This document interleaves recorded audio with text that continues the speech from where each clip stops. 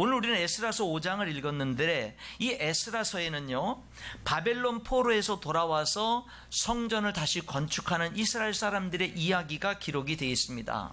이스라엘 백성들이 하나님을 섬기는 백성이잖아요. 그랬는데 솔로몬이 예루살렘 성전을 멋지게 화려하게 지어놓고 그곳에서 예배를 드리는데, 그런데 점점 시간이 흘러가면서 사람들의 믿음이 형식화되다가 습관화되다가 이제는 하나님도 섬기고 우상도 섬기고 하다가 나중에는 하나님도 버리는 거예요. 그래서 이제는 우상을 숭배하게 됩니다.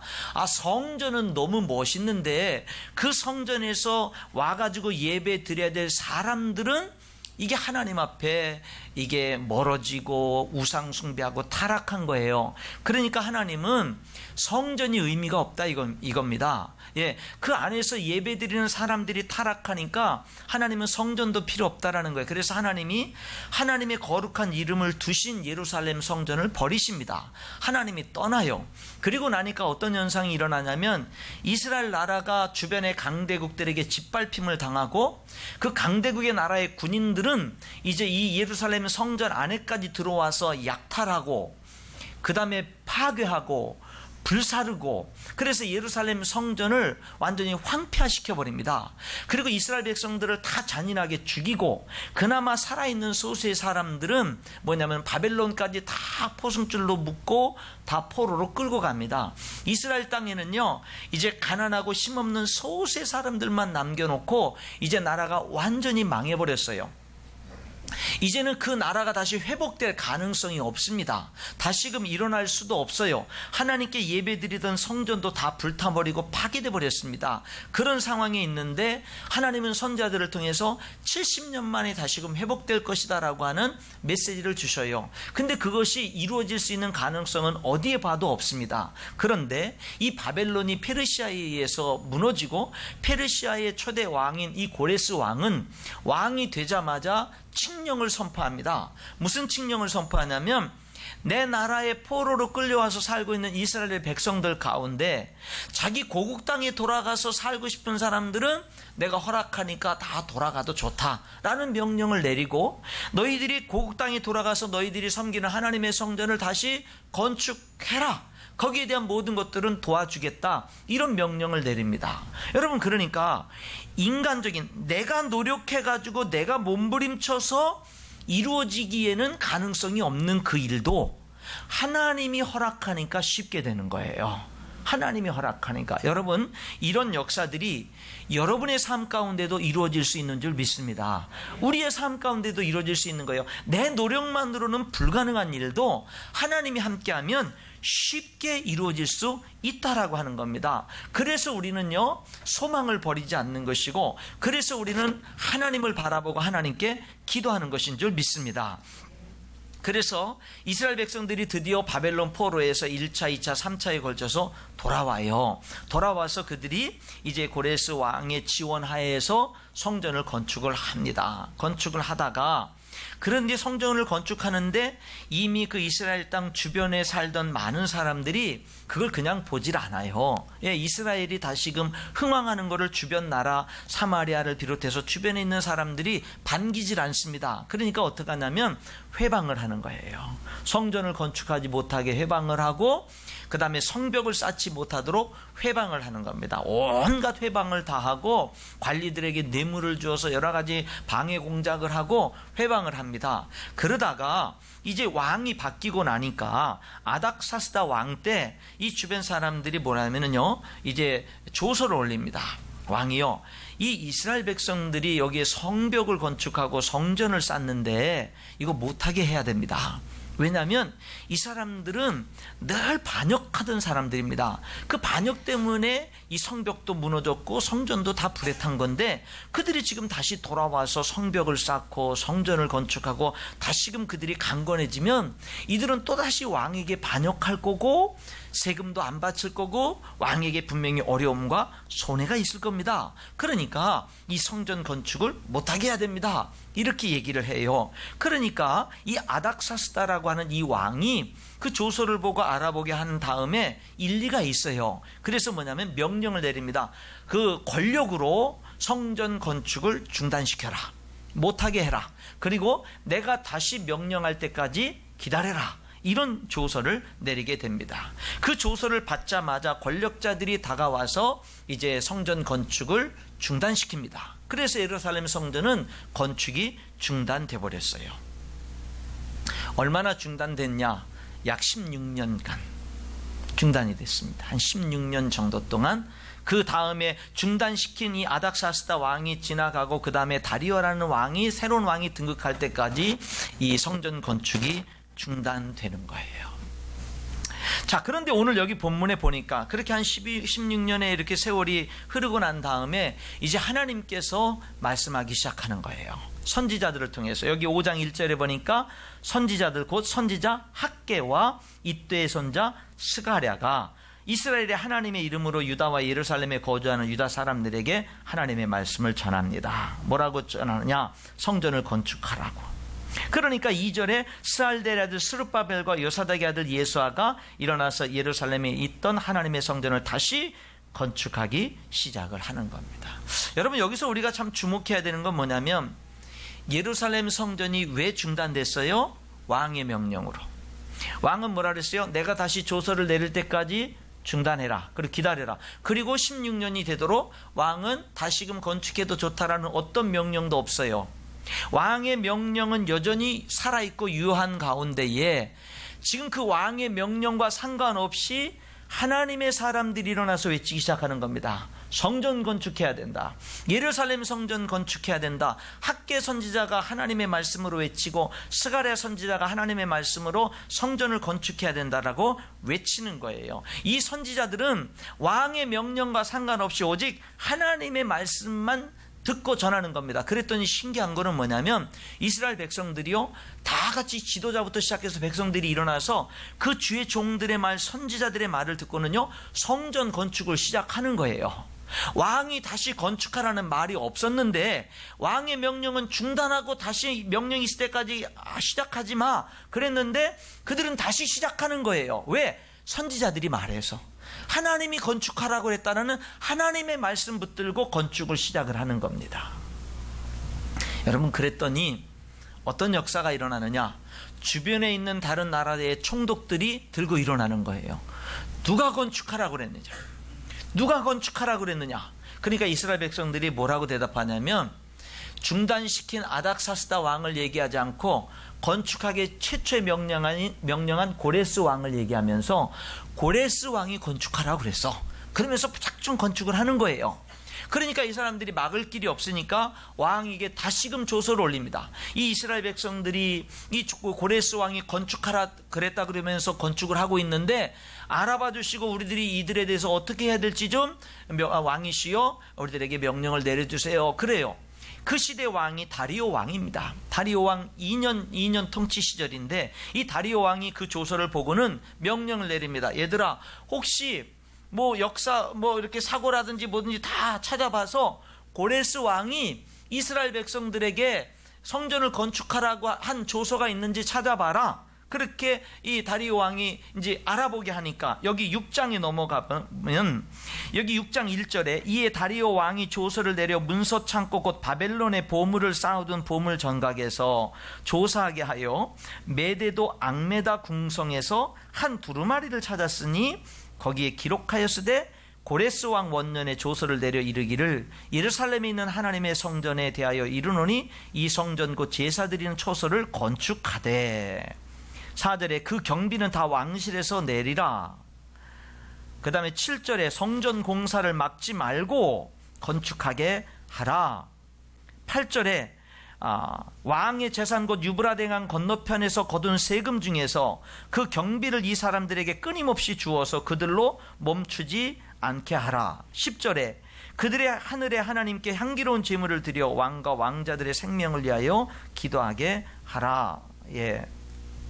그러니까 여러분, 지금 이제 이 고레스 왕의 조서를 이렇게 보니까는요, 이 명령을 내린 걸 발견하는 거예요. 이게 무슨 말이냐면 하나님의 도우시는 역사가 있는 거예요. 그 찾기 힘든 그 서류를 찾았고요. 그리고 그 서류를 본 이제 이 다리오 왕이 속히 명령을 내리는 겁니다. 야, 모든 성전 건축하는 물자 재원 다 도와주고, 그리고 방해하지 말고 속히 그 일이 이루어지도록 하고, 그리고 그들로 하여금 하나님 앞에 왕을 위하여, 왕자들을 위하여 축복하며 기도하도록 하게 해라, 이렇게 명령을 내립니다. 그래서 어떻게 되느냐, 우리 한번 같이 읽어보겠습니다. 에스라 6장 14절의 말씀을 우리 한번 같이 읽어보도록 합니다. 시작. 유다 사람의 장로들이 선지자 학개와 이또의 손자 스가랴의 권면을 따랐으므로 성전 건축하는 일이 형통한지라. 아멘. 여러분, 무슨 말이냐면요, 이 왕의 권력으로 막히고 도저히 다시 시작할 수 없는 이 성전 건축의 일을 여기 이스라엘의 스룹바벨과 지도자와 이스라엘 백성들은 다시 시작했는데, 무엇을 통해서 다시 시작했냐면 오직 하나님 말씀만 듣고, 오직 하나님 말씀만 듣고, 그리고 다시 시작했더니 하나님의 말씀을 듣고 시작하는 그 시작을 하니까 그때부터 무슨 역사가 일어나느냐, 하나님이 도우시는 역사가 일어나는 거예요. 하나님이 도우시는 역사가 언제 일어났어요? 16년 동안 하나님의 도우시는 역사가 일어나질 않았어요. 언제 일어났느냐면 이 하나님의 사람들이 하나님의 말씀을 듣고 일어나니까, 하나님의 말씀을 듣고 순종하고, 하나님의 말씀을 듣고 그 말씀 붙들고 한 걸음 걸음 내디디니까 그때부터 하나님이 일하기 시작하는 거예요. 여러분, 오늘 이 말씀은 오늘 저와 여러분에도 똑같아요. 우리가 하나님의 말씀에 귀를 기울이고 하나님의 말씀에 감동을 받고 하나님의 말씀에 순종해서 어떤 일을 시작하면 하나님이 우리와 함께 일하기 시작하는 줄 믿습니다. 하나님이 우리의 삶 속에서 기적을 베푸시는 거예요. 크게 도우시는 역사가 일어나는 거예요. 언제? 말씀 듣고 순종할 때, 말씀 듣고 첫걸음 내디딜 때, 그럴 때 역사들이 일어나는 겁니다. 오늘 우리는 우리의 삶의 행동을 하는데 무엇이 가장 중요합니까? 여러분, 오늘 이 성경에서 말씀을 따라 사는 삶이 중요한 줄 믿습니다. 말씀 따라. 여러분, 또 하나, 우리가 우리 삶의 하나님의 기적, 능력, 축복, 역사라고 하는 것은 말씀을 따라서 순종할 때 우리 삶에 나타날 뿐만 아니라 우선순위를 바로할 때 나타나요. 우선순위. 여러분, 여기 5장 1절을 다시 한번 보면 그들이 다시금 성전 건축을 시작하게 된 동기가 뭐 때문이냐면 두 선지자가 성전을 건축하라는 하나님의 메시지를 전했기 때문에, 그 두 선지자가 누구냐면 학개와 스가랴죠. 5장 1절에 보면. 그런데 여러분, 성경에 뒷분으로 가면은요, 학개서가 있어요. 구약 성경 거의 끝부분에 학개, 스가랴, 말라기니까 구약 성경 맨 마지막 뒤에서 두 번째, 세 번째 책이 학개서와 스가랴예요. 그러면은 학개서를 보면 오늘 본문의 에스라 5장에 나온 그 학개 선지자가 뭐라고 외쳤는지 외친 구체적인 내용이 학개서에 있고 스가랴서에 기록이 되어 있는 거죠. 그들이 학개가 외친, 이스라엘 백성들이 다시금 성전을 건축하도록 외친 메시지, 스가랴 선지자가 외친 메시지를 쭉 읽어보면은요, 공통적인 특징이 있습니다. 그게 뭐냐면 우선순위를 바로 하라는 거예요. 우선순위를 바로 하라는 겁니다. 여러분, 먼저 학개서 1장을 보면은 여러분들이 한번 이렇게 성경을 펴보셔도 됩니다. 1310페이지인데요. 학개서 1장에 보면 이 학개서 선지자가 이스라엘 백성들 성전 건축을 한 16년 정도 안 하고 있다고 그랬잖아요. 여러분, 16년 동안 성전 건축을 안 하니까 이스라엘 백성들이 뭐 하죠? 자기 집을 가꾸는 거죠. 그러니까 여기 학개 선지자가 1장 2절에 그래요. 이 백성이 말하기를 여호와의 전을 건축할 시기가 이르지 아니하였다 하느니라. 야, 성전 건축해야지. 아니야, 무슨 소리야, 왕이 못하게 했는데 왕명을 어떻게 거스려 우리가. 왕이 못하게 하고 기다리라고 그랬고 아직 아무것도 없는데, 여호와의 전을 건축할 시기가 이르지 아니하였다 하느니라. 1장 4절에 이 성전이 황폐하였거늘 너희가 이때에 잘 꾸며진 집에 거주하는 것이 옳으냐? 너희들이 성전은, 하나님의 집은 황폐한데 너희들은 정말로 인테리어 잘 되고 잘 꾸며진 집에 거주하는 것이 옳으냐? 1장 5절에 너희 행위를 한번 살펴봐라. 그러면서 1장 6절에 그들의 삶을 돌이켜보라고 하면서 그들의 현실을 얘기하는 거예요. 많이 뿌렸는데 수확이 적고, 먹어도 배부르지 못하고, 마셔도 흡족하지 못하고, 입어도 따뜻하지 못하고, 일꾼이 삭슬 받아도 구멍 뚫어진 전대에 넣음이 되느니라. 열심히 일해가지고 돈을 모으겠다고 그걸 돈을 자루에, 동전을 돈을 모은 거를 자루에 넣어놨는데 이 자루가 나도 모르는 사이에 뚫어져 있어서 다 새버리는 거예요. 예, 그러니까 우선순위가 잘못되니까 뭐냐면 열심히 사는데 남는 게 없는 인생이 되는 거예요. 그러면서 1장 8절에 학개는 외칩니다. 그러니 이제 너희 행위를 돌아보고 산에 올라가서 나무를 가져다가 성전을 건축하라. 그러면 하나님이 기뻐하고 영광을 받으리라. 여러분, 지금 학개가 외치는 말이, 성전 건축을 하라고 하면서 외치는 말이 뭐냐면은 우선순위를 바로 해라. 우선순위를 바로 해라. 스가랴서 2장 16절에 뭐라고 얘기하냐면요, 하나님이 이스라엘 백성들을 불쌍히 여겨서 예루살렘에 돌아왔은즉 하나님이 집이 그 가운데 건축되리니 예루살렘 위에 먹줄이 쳐지리라, 이렇게 얘기를 해요. 예루살렘 성전이 황폐된 성전은 왜 황폐됐어요? 하나님이 떠나서. 그런데 그 떠나신 하나님이 다시 돌아왔다 이 말입니다. 불쌍히 여겨서. 그러니까 다시금 성전은 건축될 것이니 너희들이 일어나 건축하라, 이렇게 말씀하고 있는 겁니다. 여러분, 우선순위를 바로 하라고 외쳐요. 그래서 그들이 그 말을 듣고는 이제는 우선순위를 바로 하고, 맞다, 저 선지자들의 말이 맞다, 우리 성전 건축하자. 왕의 명령은 없지만 우리 하나님 말씀에 순종해서 성전 건축하자 하면서 그들이 이제 예루살렘 성전을 다시 건축하는 거예요. 그러니까 뭐 했어요? 하나님이 도우셔서 속전속결로 성전 건축이 이루어지게 했어요. 그런데 성전을 건축하다 보니까 슬픈 거예요. 왜 슬프냐면 이전에 예루살렘의 이 솔로몬 성전은요, 금으로 치장되고 엄청 화려했거든요. 근데 지금 돌아와가지고 포로된 자들이, 소수의 사람들이 지금 생명 유지하면서 다시금 하나님의 뜻대로 살아보겠다고 몸부림치면서 건축하는 이, 다시금 새롭게 건축하는 이 스룹바벨 성전, 스룹바벨과 함께 스룹바벨이 지도자가 돼서 건축하는 이 성전은 이전의 성전과 비교해보니까 너무 초라한 거예요. 근데 그 이스라엘 사람들 가운데는요, 아직 오래 살면서 이전에 솔로몬 성전을 보고 거기서 예배드렸던 사람들도 있는 거예요.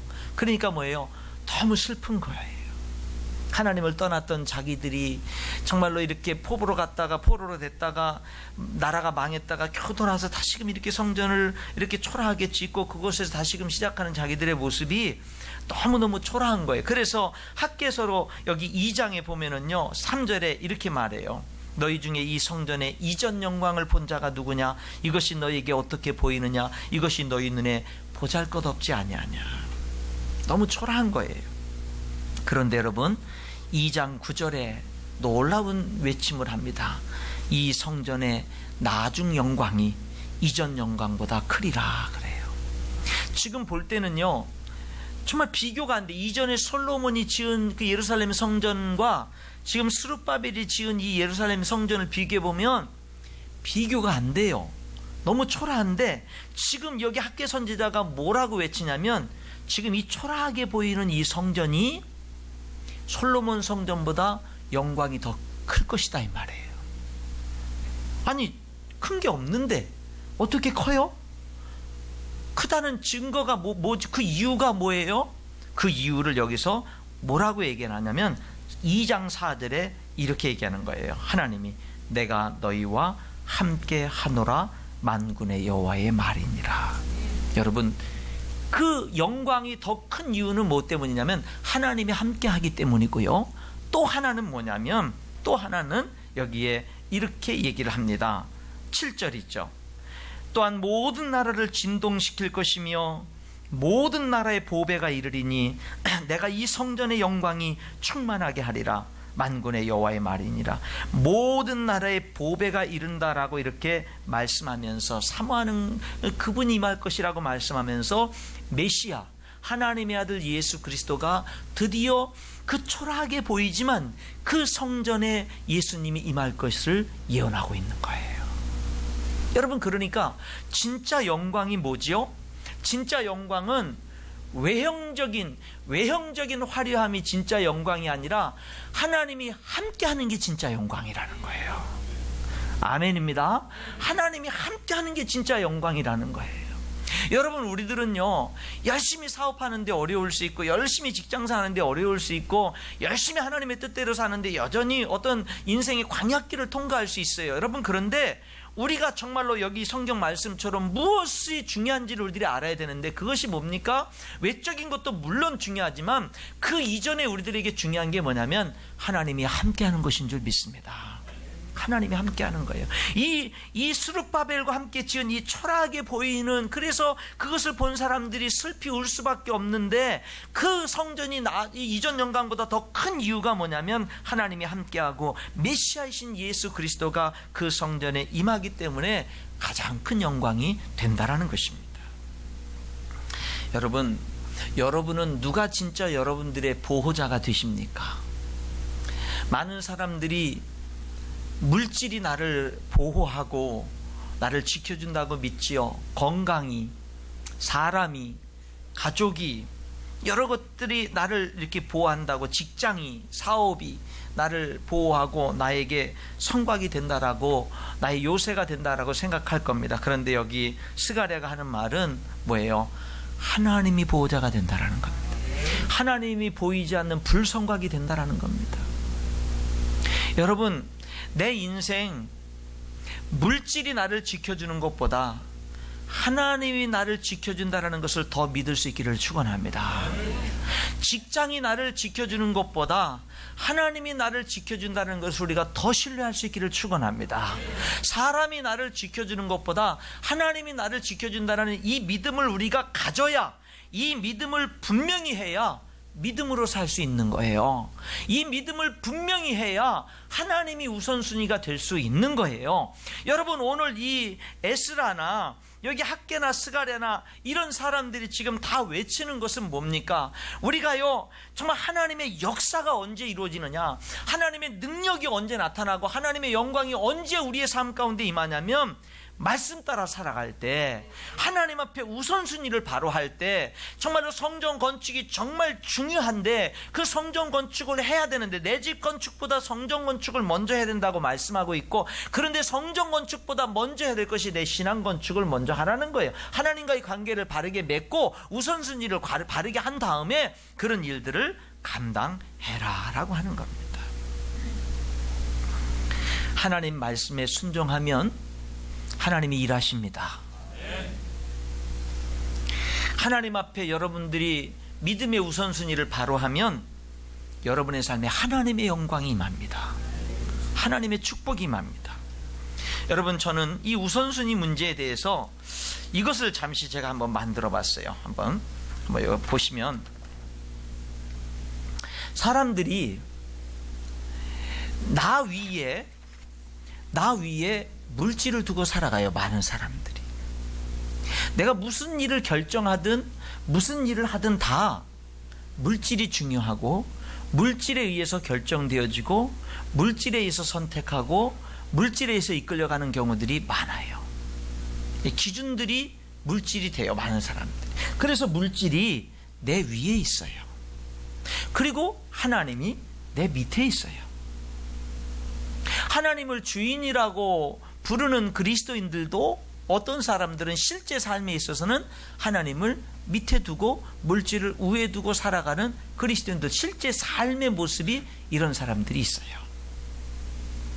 여러분, 이게 지금 뭐냐면요, 성경에 여기 마태복음 6장 24절에 너희가 하나님과 재물을 겸하여 섬길 수 없다. 하나님의 자리에 항상 대신하고 차지하려고 하는 게 물질이라는 거예요. 여러분, 이런 삶을 바꿔야 될 줄 믿습니다. 어떻게 바꿔요? 이렇게 바꿔야 돼요. 잘 안 보이잖아요. 그래서 써봤어요. 다시 어떻게 바꿔요? 이렇게 바꿔야 돼요. 내 위에 하나님이 계셔야 돼요. 물질은 내가 다스려야 돼요. 그래서 우리들의 삶의 우선순위가 어떻게 돼야 되냐면, 나는 언제나 중앙에 있지만은요, 내 위에 나의 주님이 하나님이 되셔야 되고, 여러분 물질이 내 밑에 있어서 물질을 내가 내 가치관, 하나님이 나의 주인이라고 하는 이 고백 속에서 물질을 내가 다스릴 수 있어야 됩니다. 여러분 이것이 우리들의 그리스도인들, 하나님의 사람들의 온전한 우선순위가 되어야 될 줄 믿습니다. 그럴 때 여러분 우리들의 삶은 안정감이 있고요, 우리들의 삶은 질서가 있고요, 우리들의 삶에는 능력이 나타나고 하나님이 우리의 삶 속에서 역사하실 줄 믿습니다. 여러분 믿지 않아도, 하나님을 안 믿어도 물질을 우선순위로 두고 물질을 따라 살면 행복하지 않아요. 하나님을 안 믿는 사람들도요, 물질을 내 밑에 둬야, 그래야 사람들이 행복하게 살 수 있는 것이지, 물질이 위에 있는 사람들은요, 물질을 따라가는 사람들은 행복할 수가 없는 겁니다. 여러분 우리의 주인은요, 우리를 창조하시고 우리에게 생명을 주시고 우리를 심판하실 하나님밖에는 없는 줄 믿습니다. 우리의 주인은 하나님밖에 없는 거예요. 그래서 우리들의 삶 속에서 여기 지금 이 하나님의 역사가 언제 이루어지느냐, 하나님의 역사는요 정말로 하나님 앞에 말씀 따라 살아갈 때 임하잖아요. 왜요? 하나님이 주인인 거예요. 우선순위를 바로 하고 정말로 하나님 앞에 그 따라갈 때 하나님의 영광이 임하고 하나님의 축복이 임하게 되는 줄 믿습니다. 아무쪼록 오늘 저와 여러분이 우리의 삶을 다시 한번 돌이켜보면서 세상의 그 어떤 것보다 말씀이 내 삶에 역사하고 말씀이 내 삶에 감동이 있으면 말씀 따라 살아가는 것을 가장 중요하게 여길 수 있기를 축원합니다. 그리고 우리의 삶에 믿음의 우선순위, 하나님이 우선되는 그 우선순위를 분명히 하고 더욱더 믿음으로 살아가는 저와 여러분이 될 수 있기를 주님의 이름으로 축원합니다.